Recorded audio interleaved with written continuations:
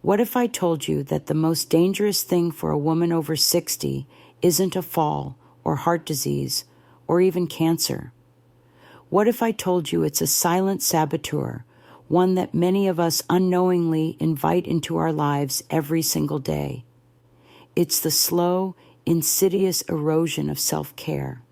It's the belief that after a certain age, our needs, our vitality, and our sparkle are meant to fade into the background.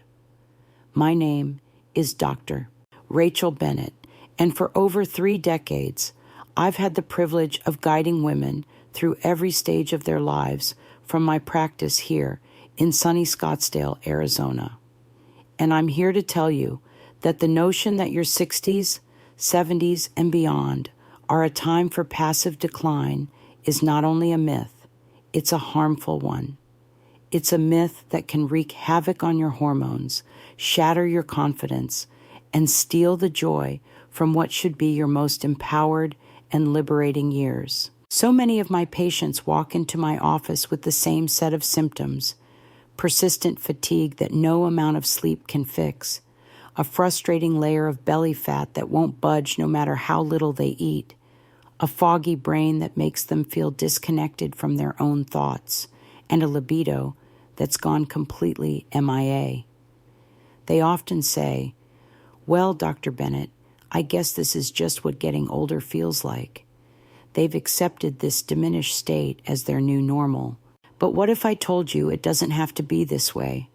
What if the key to reclaiming your energy, your figure, your mental clarity, and your zest for life wasn't in a prescription bottle, but in a radical shift in how you approach your own well-being? For generations, we've been conditioned to believe that self-care is a luxury, something you do if you have time, after everyone else is taken care of. We've been the caregivers, the nurturers, the rocks for our families and communities. But after 60, that script needs to be flipped. This is the era where self-care transforms from a luxury into a non-negotiable medical necessity. It's the most powerful tool you have to balance your hormones, protect your long-term health, and cultivate a deep, unshakable confidence that radiates from the inside out. Over our time together today, we're going to dismantle the old, outdated models of aging.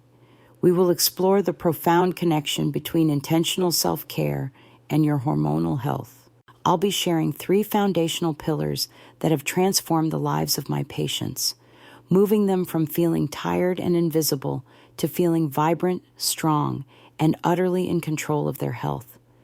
This isn't about chasing youth. It's about embracing wisdom and vitality, and I promise you, the journey is more empowering than you can imagine. One of the most common and damaging pieces of advice I hear women over 60 giving each other is the idea that to manage weight and stay healthy, you simply need to eat less. For years, the prevailing wisdom has been a simple calories in, calories out equation. We've been told to embrace salads with fat-free dressing, skip meals, and count every single calorie with militant precision. This approach, which I call the nutritional fallacy, is not only outdated. For a postmenopausal woman, it's a direct assault on your hormonal stability and metabolic health.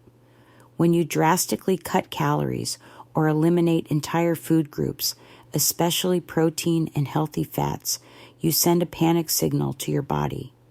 Your adrenal glands, which have taken over the primary role of hormone production from your ovaries, interpret this severe restriction as a famine. In response, they pump out cortisol, the primary stress hormone. Chronically elevated cortisol is the arch nemesis of a woman over 60. It signals your body to store fat, particularly around your midsection, that stubborn, visceral belly fat that is so much more than a cosmetic issue. This type of fat is a metabolically active organ, churning out inflammatory compounds that increase your risk for insulin resistance, type 2 diabetes, and cardiovascular disease. Furthermore, High cortisol levels actively block your body's ability to utilize thyroid hormone effectively. This can lead to a sluggish metabolism, hair loss, brittle nails, and a pervasive feeling of coldness and fatigue, even when your basic thyroid lab tests come back normal. You're eating like a bird, yet you're gaining weight and feel exhausted. It's a frustrating, demoralizing cycle, and it's a direct result of following advice that wasn't designed for your unique postmenopausal physiology. The importance of shifting from a mindset of restriction to one of nourishment cannot be overstated. Your body doesn't need less, it needs different. It needs the right building blocks to create and balance hormones, to maintain lean muscle mass, which is your metabolic engine, and to keep your brain sharp and your energy levels stable. So, what's the solution? It's a simple yet profound shift.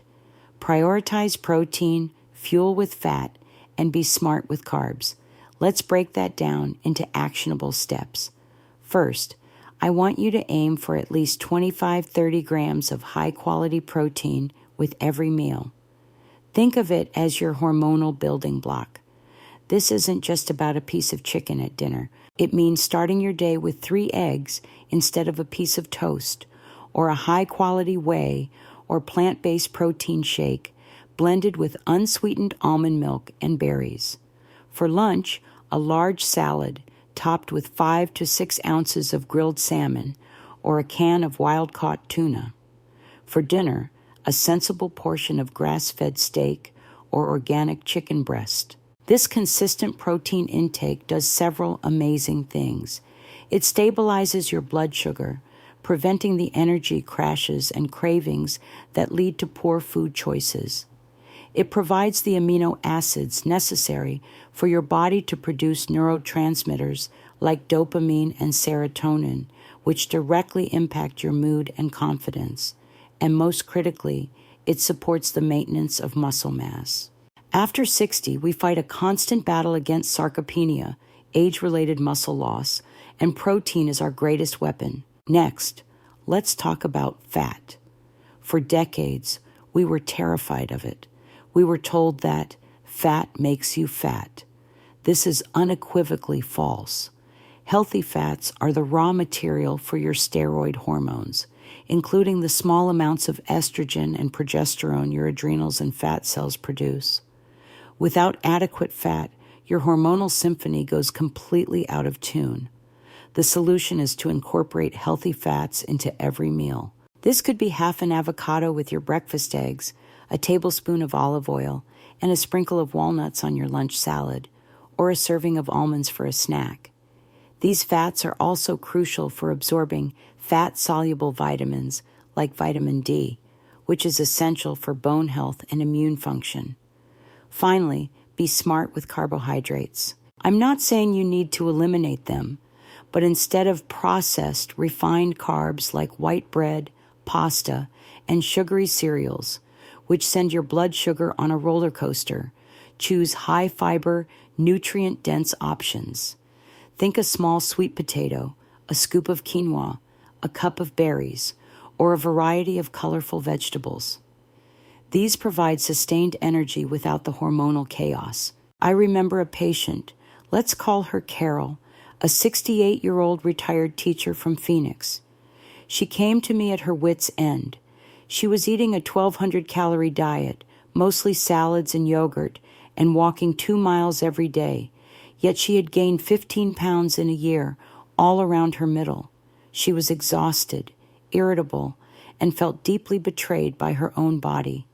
We threw out her calorie-counting app and implemented the protein and fat-first approach. Her first week, she called me, concerned. "Dr. Bennett, I'm eating so much more food. I'm terrified I'm going to gain even more weight." I urged her to trust the process. 4 weeks later, she came in for her follow-up. She was down 6 pounds, but more importantly, the puffiness in her face was gone. She was sleeping through the night for the first time in years, and she said, "I have the energy to play with my grandkids again." It wasn't about eating less. It was about giving her body the right fuel. How are you feeling about your own nutrition right now? Do you find yourself falling into the eat less trap? If you found this information helpful and it resonates with you, please type a 1 in the comments below. If this isn't clicking for you or you have more questions, type A in 0 so I know what we need to cover in more detail in future videos. Your feedback is so important. For many women in their 60s and beyond, the go-to form of exercise is steady-state cardio. We envision hours spent on the elliptical machine, long, brisk walks through the neighborhood, or gentle water aerobics classes. While these activities are certainly better than being sedentary and have their place in a well-rounded routine, relying on them as your primary form of exercise is what I call the cardio conundrum. The problem is that after a certain point, prolonged, moderate intensity cardio can actually become a source of chronic stress on the body, especially for women in their postmenopausal years. Just like with severe calorie restriction, an hour-long session on the treadmill can cause a sustained increase in cortisol levels. You might feel good during the workout, but hormonally, you're digging yourself into the same stress and fat storage hole we just discussed. The importance of rethinking your exercise strategy is paramount for 2 key reasons: preserving muscle and building bone. As I mentioned, sarcopenia, the loss of muscle mass, is one of the single greatest threats to your independence and metabolic health as you age. Muscle is your body's glucose reservoir. The more muscle you have, the more efficiently your body can manage blood sugar, which is crucial for preventing insulin resistance. Strong muscles also protect your joints, improve your balance, dramatically reducing your risk of a life-altering fall, and allow you to continue doing all the things you love, from gardening to lifting your grandchildren. Secondly, bone density. After menopause, the drop in estrogen leads to a rapid acceleration of bone loss, putting you at high risk for osteoporosis. While weight-bearing cardio like walking can help, it's often not a strong enough stimulus to trigger significant new bone formation. We need a different kind of stress on the skeletal system to keep it strong and resilient. Relying solely on gentle cardio is like trying to build a brick wall with just water. You're missing the key ingredient. The solution is to shift your focus from duration to intensity and to embrace resistance training. This is, without a doubt, the most powerful anti-aging medicine available to you, and it is never too late to start. Resistance training simply means moving your body against some form of resistance. This could be dumbbells, resistance bands, a kettlebell, or even your own body weight. The goal is to stimulate your muscles in a way that forces them to adapt and grow stronger. This process, in turn, sends a powerful signal to your bones to lay down new mineral deposits, directly combating osteoporosis. I'm not suggesting you need to become a competitive bodybuilder. I'm recommending 2 to 3 total body strength training sessions per week, lasting no more than 30-40 minutes. Let's imagine a simple, accessible routine. You could start at home with a set of 5-pound and 8-pound dumbbells. Your workout might include 3 sets of 10-12 repetitions of foundational movements like squats, sitting back as if into a chair, which strengthens your legs and glutes, bent over rows, using a dumbbell to strengthen your upper back and improve posture, bicep curls, and overhead presses. As you get stronger, you can increase the weight or the number of repetitions. This type of workout provides a short, intense stimulus that boosts growth hormone and other anabolic building hormones, rather than the catabolic breaking down stress of excessive cardio. It revs up your metabolism for hours after the workout is over, a phenomenon known as the afterburn effect, which is something you just don't get from a long, slow walk. Let me share the story of another patient, Susan. a 72-year-old retired librarian from Reston, Virginia. Susan had been a dedicated walker for years, logging 5 miles every single day. Yet she came to me with a recent diagnosis of osteopenia, the precursor to osteoporosis. She was frustrated and scared.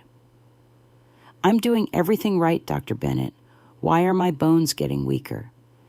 We kept her walks because she enjoyed them, but we made them her secondary activity. Her primary focus became 2 30-minute sessions a week with a certified personal trainer at her local community center who specialized in senior fitness. They started with body weight exercises and light bands. Within 6 months, she had progressed to using dumbbells and kettlebells. A year later, her follow-up DEXA scan showed a measurable increase in her bone density. She had not only halted the progression of bone loss, she had reversed it. The best part, she told me with a proud smile, that she was now the one who carried the heavy bags of mulch for her garden, a task her husband used to handle. That's the kind of confidence and functional strength that resistance training builds. Take a moment to think about your current exercise routine. Is it centered around long-duration cardio? Does the idea of lifting weights feel intimidating? If this section has opened your eyes to a new way of thinking about fitness after 60, please type a 1 in the comments. If you're still feeling unsure or have concerns, please type a 0 and let me know what they are. We can improve together. We've talked about nutritional stress and we've talked about physical stress, but the third and perhaps most pervasive saboteur of your hormonal health and confidence is emotional and mental stress. This is the silent saboteur. In our 60s and beyond, the sources of stress are often different than in our younger years, but they are no less potent. We may be dealing with the loss of a spouse, managing chronic health conditions, taking on caregiving roles for aging parents or grandchildren, or navigating the financial and identity shifts of retirement. We often feel a pressure to be the stoic, unshakable matriarch, bottling up our worries and putting on a brave face for everyone else. This chronic, unmanaged stress keeps your nervous system in a constant state of fight or flight, which means your adrenal glands are relentlessly pumping out cortisol. As we've established, chronically high cortisol is a disaster for your hormones. It disrupts sleep, contributes to brain fog and memory lapses, breaks down muscle tissue, and encourages the storage of dangerous belly fat. But beyond the physiological damage, unmanaged stress is a profound confidence killer.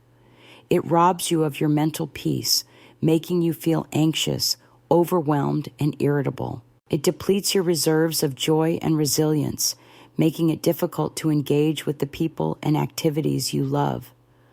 When you're constantly running on a stress-fueled hamster wheel, you don't feel vibrant, you don't feel powerful, and you certainly don't feel confident. You just feel tired. The importance of actively managing your stress is not a soft recommendation. It is a critical biological necessity for healthy aging. You cannot have balanced hormones and a confident spirit in a body that is marinating in stress hormones 24/7. It's like trying to grow a beautiful garden in toxic soil.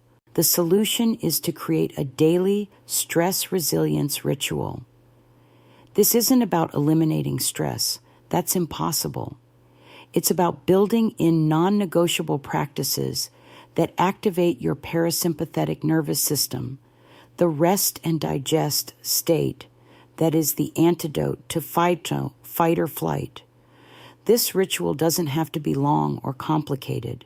In fact, consistency is far more important than duration. I want you to choose 1 or 2 simple practices and commit to them every single day, even for just 5 to 10 minutes. One of the most powerful and accessible tools is simple diaphragmatic breathing, or belly breathing. Find a quiet place, close your eyes, and place one hand on your chest and the other on your belly.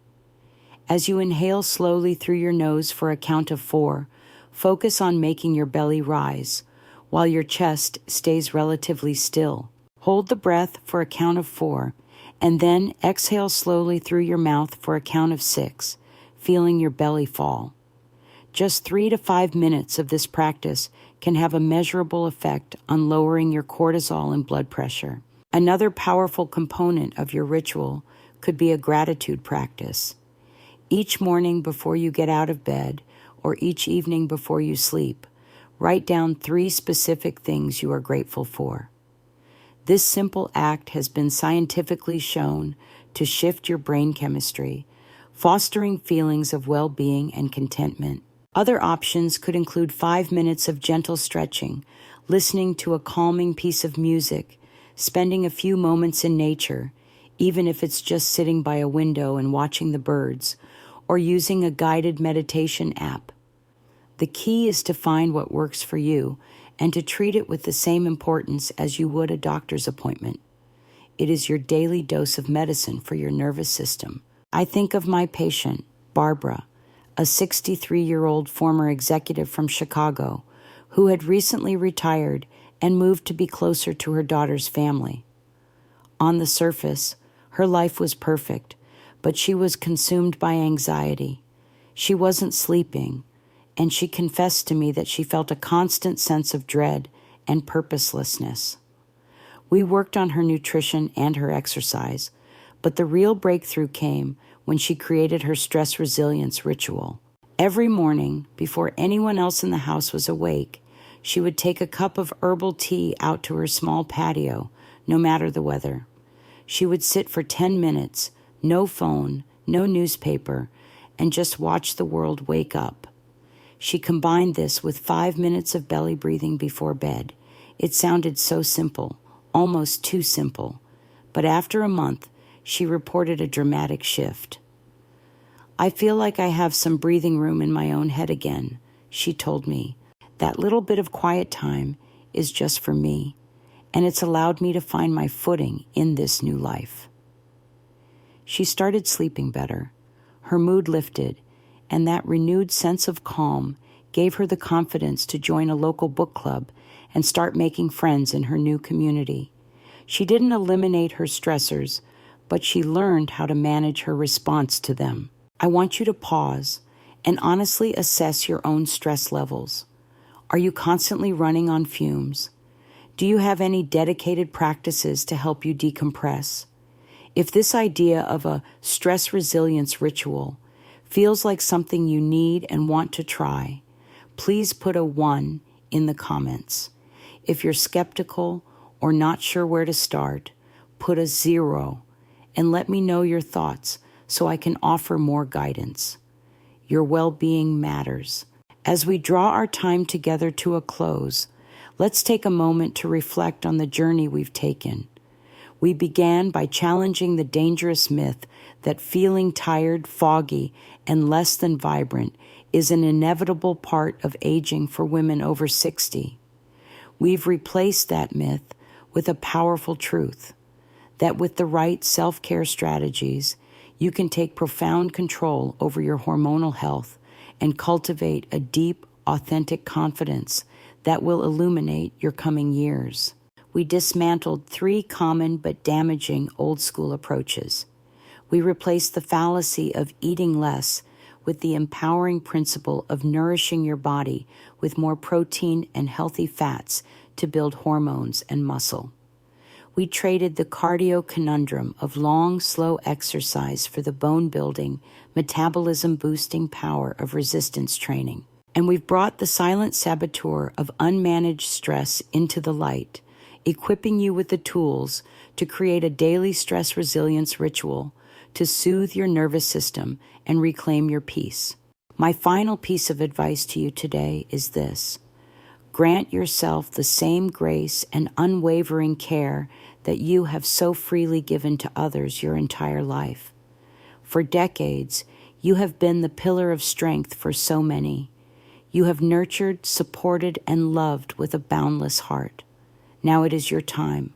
It is your turn to make your well-being the top priority, not out of selfishness, but out of a deep wisdom that recognizes you cannot pour from an empty cup. This isn't about vanity. It's about vitality. It's about having the strength and energy to travel, to learn, to laugh, to play with your grandchildren, to contribute your wisdom to the world, and to savor every single precious moment. Your health is the foundation upon which the entire beautiful structure of your life is built. Tend to it with love, with intention, and with the fierce advocacy you would show for anyone you love. I want to leave you with a final thought, a lesson that has been reinforced to me time and again through my patients and my own life. The quality of your later years is determined by the quality of your daily habits. It is not the grand occasional gestures that shape our health and happiness, but the small, consistent choices we make every single day. The choice to have eggs instead of toast. The choice to pick up a dumbbell. The choice to take 5 minutes to just breathe. These small hinges swing the great doors of your future. Start small, be consistent, and have patience with yourself. You are rewriting the script of what it means to age as a woman, and that is a truly beautiful and powerful thing. Thank you so much for your time and attention today. I truly hope this has been valuable for you. If you found this discussion helpful, I would be so grateful if you would share it with a friend, a sister, or any woman in your life who deserves to feel her absolute best. Please consider subscribing to the channel for more evidence-based guidance on thriving in your 60s, 70s, and beyond. And I would love to hear from you in the comments below. What was your single biggest takeaway from our conversation today? What is one small change you are inspired to make starting this week? Your journey is important and your voice matters. Be well.